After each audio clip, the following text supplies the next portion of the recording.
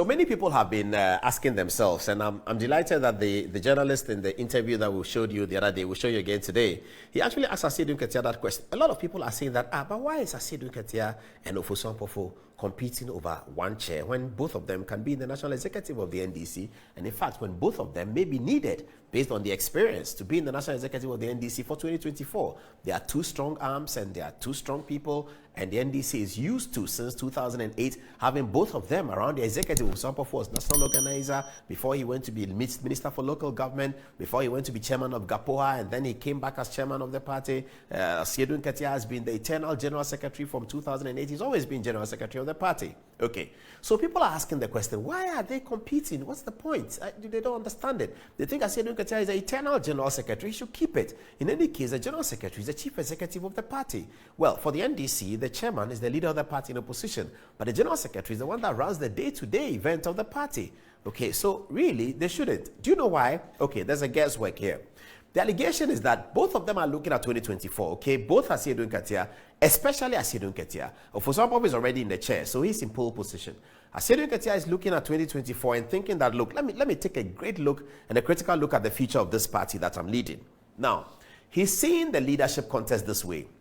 In 2024, John Mahama is running most likely with Nana Opoku-Agyeman if John Mahama wins the contest, and many people think he's going to win. Dr. Dufour's threat is growing. And so those who support John Mahama won the elections earlier because Dr. Dufour's threat is growing. The news that we are picking up indicate that in the branch elections in Ashanti, Dr. Dufour won a significant part of it. When we say Dr. Dufour won, what does it mean? It's political talk, isn't it? It means that people Dr. Dufour funded won their branch stuff. So they are delegates. They are going to vote. So Dr. Dufour's supporters are excited that at least in Ashanti we are killing it 80% or so. If all Ashanti votes, branch and others vote for Dr. Dufour, he may not get 100% of the votes. He may not get 50%, but he's getting a significant part of it. What does that mean? It might get the party into a negotiation about who becomes running mate, etc., etc. So all of these political possibilities are available. Now, Johnson Asiedu Nketiah, being a very clever man, is looking at the situation and thinking that, if John Mahama wins this and he goes with Nana Opoku-Agyeman into 2024, win or lose, it is untenable for John Mahama to represent himself. If John Mahama loses 2024, they think he cannot represent himself as a leader of the party. It will be too much, wouldn't it? If John Mahama wins 2024 and becomes the elected president, he still cannot present himself for the next election. Whichever way you look at it, the NDC will have 2 years. After 2024, by 2026, they should be electing a new leader. Who is this new leader going to be? Who and whom are going to influence the choice of this new leader? Johnson Asiedu Nketiah wants to put himself in pole position, not just to influence that decision, but to present himself as the leader of the party. That's what the speculation is right now, and that's why he's running for chairmanship. Because you see, if President Mahama goes in and loses the election, it will be untenable for him to continue. That if he loses the election, constitutionally he can run, but politically it will be untenable, wouldn't it? Okay. If he wins the election, constitutionally he's barred from running. Now, if he has a running mate in a vice president called Nana Opoku-Agyeman, she doesn't have the gravitas to take over the party.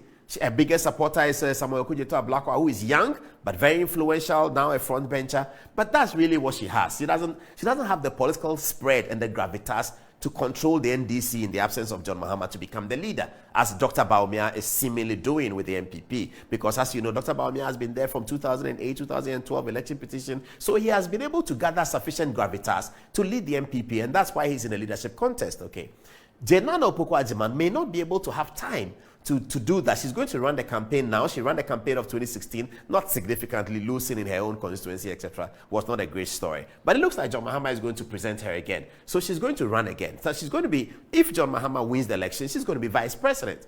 Now, vice president is next to the president. She's the second in command. But then if John Mahama cannot run for 2028, the lot should normally be falling on her. She doesn't have the gravitas.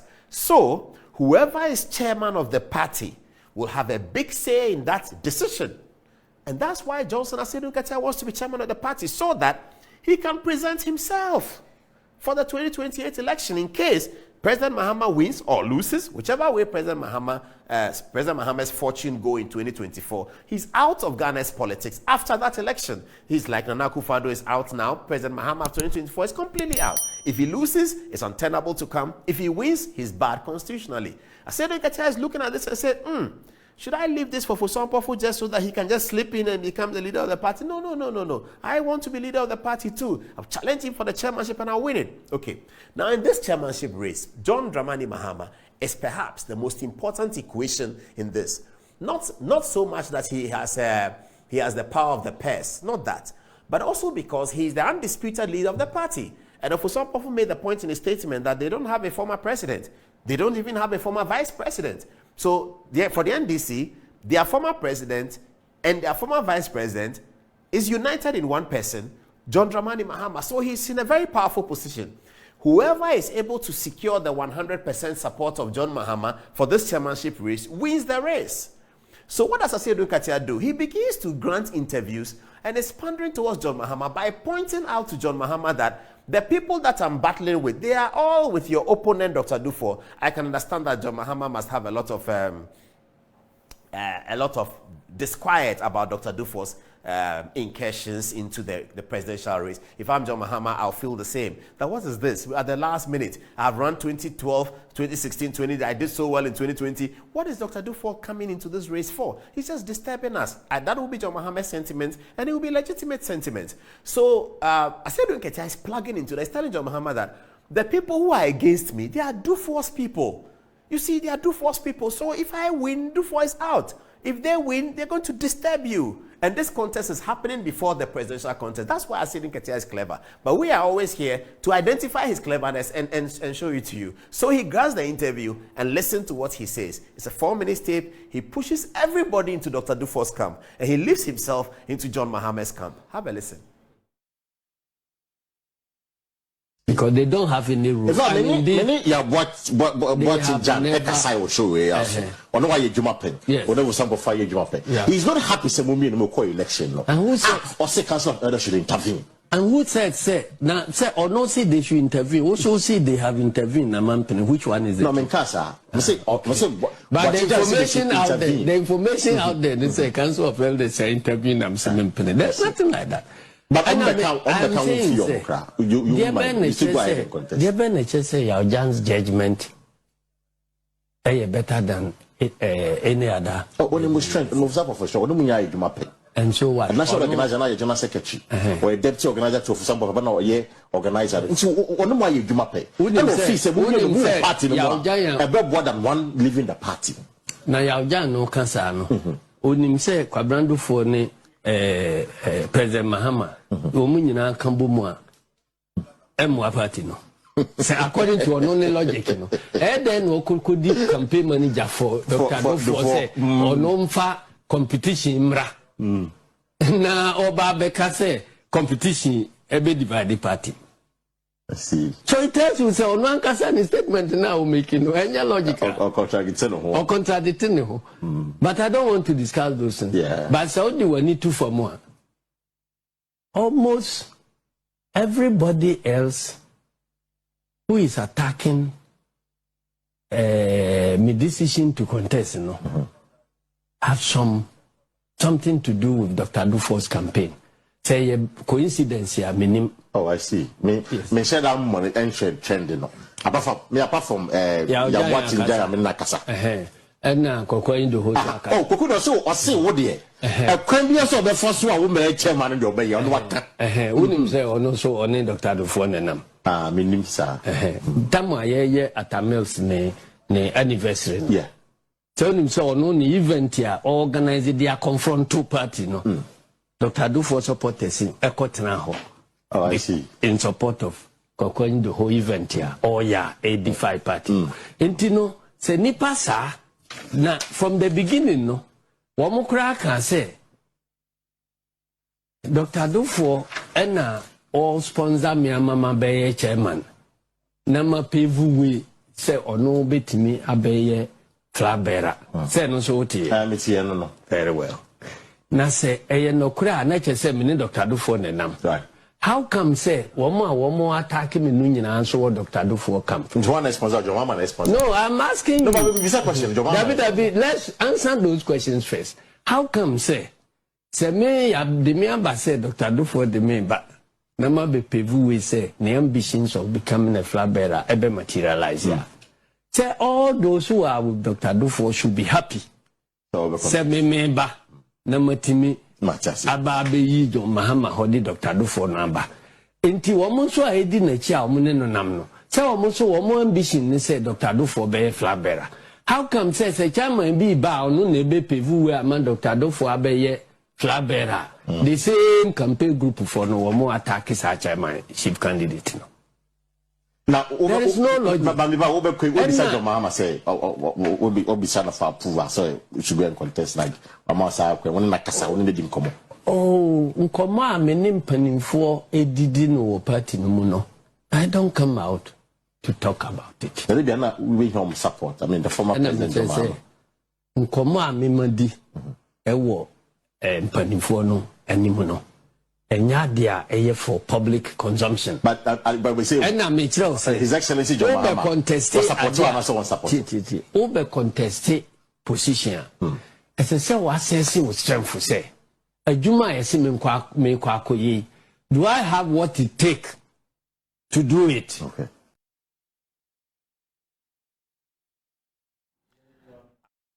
So you see, Johnson Asiedu Nketiah. You saw a strategy. He's trying to tell President Mahama that, look, the people who are against me, they are also against you. So you're my man, let's push this together.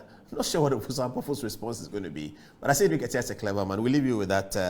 Thanks for watching. Yesterday, there was a bit of social media activity commenting on Supreme Court judges being interviewed by Parliament. The concern from the opposition is that President Akufo-Addo is appointing too many judges. But the constitutional requirement is also there. We're not going to get into that. You can look at the constitutional provision yourself. But it is true that in President Akufo-Addo's tenure, he has had the opportunity to appoint judges. That is true. In fact, next year, President Akufo-Addo will be called upon to appoint a third Chief Justice in his 2-year term. Not many presidents in their 2-year term appoint a third Chief Justice. Let's just do a cursory analysis of it, and let's go back to 1992. Fly Lieutenant Rawlings inherited this presidency with Philip Archer, who was already Chief Justice, and then he sort of confirmed his appointment. So Philip Archer did the inauguration of 1992. Then in 1996, I believe Philip Archer again, and then came Justice Aban. And it was Justice Aban was appointed by Flight Lieutenant Rawlings, I believe, just around the end of Mr. Rawlings' tenure. So Mr. Rawlings appointed Philip Archer and appointed Justice Aban. President Kufuor inherited Justice Aban, then appointed Justice Redu. I remember that. And then President Kufuor appointed Justice Redu number 1, Justice Kingsley Akwa number 2, and Justice Justice Georgina Wood. So yes, President Kufuor also appointed 3. He appointed first Justice Redu, then Justice Akwa, Kingsley Akwa, and then Justice Georgina Wood. So President Kufuor appointed 3. Then let's come to Mills. President Mills inherited Georgina Wood, did not have the opportunity to appoint a Chief Justice. He probably appointed some Supreme Court judges. I think his Lordship Gabriel Poaman was appointed by President Mills. Then President Mahama inherited Justice Georgina Wood, and also did not have the opportunity to appoint a Supreme Court judge. And President Akufo-Addo inherited Justice Georgina Wood, and then she retired. And then President Akufo-Addo appointed Sophia Akufu, Ladyship Sophia Akufu, appointed later on Mrs. Justice Eni Eboa, who is leaving next year, and President Akufo-Addo, all things being equal, will appoint a third Chief Justice. So he and President Kufuor. So it looks like the MPP people have had more judges to appoint, haven't they? Is it nature that is preparing it that way? I don't know. Let's look at the list now. All right. So these are the Supreme Court judges present now. So we have His Lordship Justice Eni Eboa. He was appointed in June 2008. We have Mr. Justice Jones Doche. So if you can put on the screen, okay, yes, in that order. So I'm reading from left to right at the top. Justice Eni Eboa, Justice Jones Doche, Justice Gabriel Poaman, appointed in 2015. That will be President Mahama's appointment. And then we have Mr. Justice Paul Bafoboni, appointed in 2008. Then we have Mrs. Agnes Doji, appointed in 2018. Mr. Nene Ofori Amegache, appointed in 2018. Professor Niashi Kote, appointed in 2018. And Madam Justice Mariama Owusu, appointed in 2019. Then you have Mrs. Justice Avril Lovelace Johnson, appointed in 2019. Justice Gertrude Tokonu, appointed in 2019. Justice Clemens Honyenuga, appointed in 2020. Justice Amadou Tanko, appointed in 2020. Justice Henrietta Mensah Bonsu, appointed in 2020. And of course, my good mentor, Mr. Justice Yoni Kulendi, appointed in 2020 as well. Now, here is the constitutional article, and we are just walking you through a certain series. We'll do this for just 5 minutes, and then we'll come back to it another time. Okay, so in Article 1452, it says, a justice of the Superior Court or a chairman of a regional tribunal shall vacate his office in the case of a justice of Supreme Court or the Court of Appeal on attainment of the age of 70 years. So that's how the retirements come about. So when a justice of the Supreme Court attains the age of 70, they don't retire at 60, they are retired at 70. At the age of 70, he must leave. Okay, what's the implication of this Article 1452 on the current Supreme Court, and why does it give President Akufo-Addo the opportunity to appoint another judge? Okay, let's move on. All right, so based on Article 1452, these judges will be leaving the bench next year. Okay, who are they? 1, 2, 3, 4, 5, 6. As many as 6 are headed out next year. Who are they? His Lordship Justice Eni Eboa, the big Chief Justice, is gone. His good friend, and sometimes they call him Deputy CJ. His Lordship Justice Jones Doche, the other senior most member, is gone. Her Ladyship Agnes Doji is gone. My own good Professor Niashi Kote, his Lordship, is gone. His Lordship Nena Megache is also gone. And then Justice Clemens Honyenuga is also gone. Sorry, viewers, we have called an Amegache Niashikote. That's wrong. So the photograph down, let's put a photograph again. Let's make that correction. It's important. So the photograph down, first from left, the gentleman before the books is not Niashikote. He is His Lordship, Mr. Justice Nene Ofui Amegache. All right. And then next to him is Mr. Justice Clemens Honyenuga. They are all going away, including the Chief Justice. So the President will have to appoint a new Chief Justice. All right. Now, these are those who have been nominated that you'll be watching them on television yesterday. It begins with Her Ladyship, Madam Justice Barbara Frances Akayesu, who is now ascending to the Supreme Court. Then you have Mr. Justice George Kumsin, also ascending to the Supreme Court from the Court of Appeal. So is Barbara Akayesu from the Court of Appeal. And then Mr. Justice Asiedu, also from the Court of Appeal. And then Mr. Justice Yao Jewu is coming from the High Court. There's a lot of concern as to why he's coming straight from the High Court to the Supreme Court and jumping the Court of Appeal. All right, these are what my researchers call the potential nominees for Chief Justice. So you have Gabriel Puaman, he just limited to the senior most at the bench and thought that one of them will be selected by His Excellency as Chief Justice. We don't know what His Excellency will do, but we would like to also say that His Excellency has the power to appoint anyone, even a barrister who is below the age of 70, who has done 15 years at the bar, to become Chief Justice. His Excellency has a latitude to appoint, but my researchers pulled up this as the senior most people. So they have Mr. Gabriel Puaman, he's 62 years old. You have Mr. Justice Paul Bafoboni, he's 65 years old. And Justice Mariama Owusu is 68 years old. And these are the senior most. After the retirement, this will be the senior most judges. Will the President select one of these as Chief Justice? We don't know. Will the President go beyond them and select other justices on the Supreme Court who may not be senior, who may have arrived at the Supreme Court? Maybe the President will do. I don't know. We have to wait to see what the President and his advisors will do. Okay, it says here that a person shall not be qualified for the appointment as a Justice of the Supreme Court unless he's of high moral character and proven integrity and is not less than 15 years standing as a lawyer. So that's the appointment of the Chief Justice. We'll talk again about this in coming soon, because it's going to be a big topic as we get into next year. By June, Chief Justice Eni Eboa will go. So by March, the President will indicate where his appointment is going. He probably will announce the appointment, so there will be a smooth transition at the judiciary. It's a big situation for lawyers and justices.